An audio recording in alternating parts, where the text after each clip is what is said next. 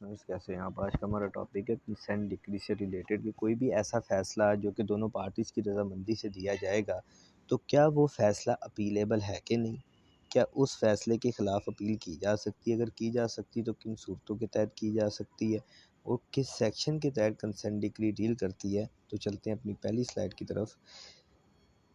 अच्छा जी, consent decree क्या है?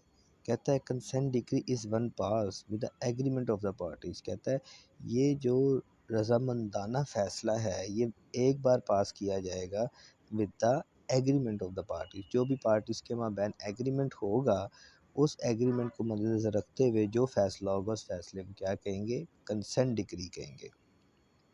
अच्छा जी, रेलिवेंट प्रोविज़न है इसके section 96 sub clause 3 and order 23 rule 3 CPC। कहता है when consent decree be awarded under order 23 rule 3 a consent decree will be awarded. कहता है कब कंसेंट डिक्री जो है अंडर ऑर्डर 23 रूल 3 के तहत दी जाएगी, कब दी जाएगी, when party to the suit compromise कि जिस वजह से वो सूट फाइल किया गया है पार्टीज़ के माबैन क्या हो जाए, कॉम्प्रोमाइज़ हो जाए, यहाँ पे डिफेंडेंट क्या करे, सेटिस्फाई कर दे प्लेंटिफ को किसी भी कंडीशन के ऊपर जिस कंडीशन के ऊपर उसने वो सूट फाइल की है। कहता है parties to the suit compromise का मतलब ये है कि जिस वजह से या जिस सब्जेक्ट मैटर के ऊपर उसने सूट फाइल किया तो उसके ऊपर अगर पार्टीज़ के माबैन कोई एडजस्टमेंट हो जाती है तो वो सूट क्या हो जाता है, ऑर्डर 23 रूल 3 के तहत कॉम्प्रोमाइज़ हो जाता है। सेटिस्फैक्शन ऑफ द कोर्ट, ये basically discretion of the court. अगर दोनों पार्टीज़ के माबैन अगर कोई एग्रीमेंट हो गया है तो ये डिस्क्रिशन ऑफ द कोर्ट है कि वो उसको कंसेंट डिक्री के अंदर फॉल करवाए या फिर वो उसकी पूरी प्रोसीडिंग करे। बेसिकली कंसेंट डिक्री हमेशा डिस्क्रिशन ऑफ द कोर्ट है। इसमें कोर्ट को राज़ी करना ज़रूरी है कि जी हम दोनों पार्टीज़ के माबैन जो एग्रीमेंट हुआ है वो लीगल है।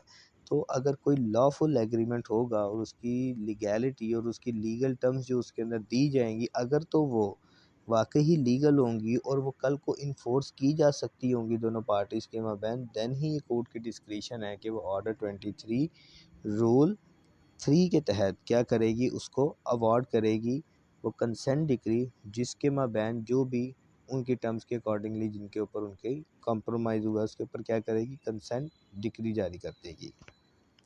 अच्छा जी, appeal against consent decree section 96 sub clause 3 ये कहता है consent decree is not appealable as is binding on the parties.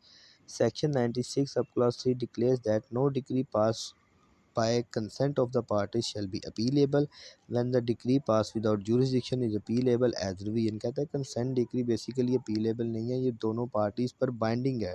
कहता है कोई भी डिक्री जो कि कंसेंट डिक्री दोनों पार्टीज़ की वजह से या दोनों पार्टीज़ की वजह से पास की गई हैं शैल बी अपीलेबल, कब अपीलेबल होंगी, व्हेन द डिक्री पास, जब डिक्री पास की जाएगी विदाउट जुरिस्डिक्शन इज़ अपीलेबल तो फिर वो क्या हो जाएगी, अपीलेबल हो जाएगी और रिवीजन हो जाएगी उसकी फिर।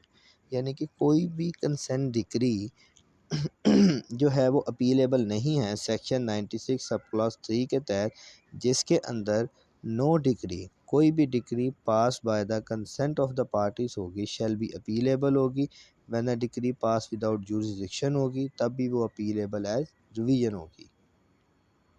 कहता है cases when appeal against consent decree is not board.